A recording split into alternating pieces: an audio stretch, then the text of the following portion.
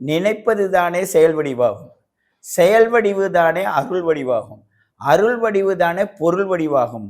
அருள் வடிவு, பொருள் வடிவு, செயல் வடிவு எல்லாமே எங்கேருந்து வருது? நீ நினைச்சதுலேருந்து தானே வந்தது. அப்போ உன் நினைவு சிறப்பாக இருந்தால் உன் செயல்பாடுகளும் சிறப்பாக இருக்கும். சொல்லும் செயலும் ஒன்றானால் உன் வாழ்க்கை என்பது சிறப்பாக இருக்கும்.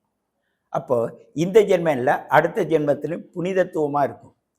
ஒவ்வொரு நாளும் ஒவ்வொரு சொல்லும் செயலையும் தூய்மைப்படுத்த உன் உள்ளமானது பிரபஞ்சத்தில் இணையறதுக்கு கற்றுக்கும். கர்மாவை நோக்கி நீ பயணிக்குவதற்கு நீ செய்ய வேண்டாம், உங்ககிட்ட இருக்க அழுக்குகளை போக்கணும். நம்மளுடைய டிவி சேனலில் ஒரு விஷயம் என்னன்னு கேட்டால், வாராகி அம்மன் வந்து மகாவிஷ்ணுவோட அவதாரத்துக்காக வந்தது. அது என்னென்னா அறிவுன்னு தான் மகாவிஷ்ணு.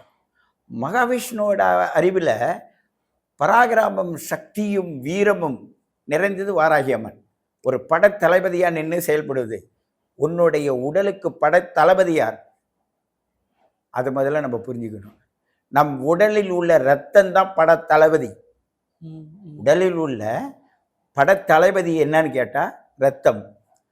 அறிவு, ஆசை, பாசம், அன்பு, வேகம், கோபம் இதெல்லாம் மகாவிஷ்ணு.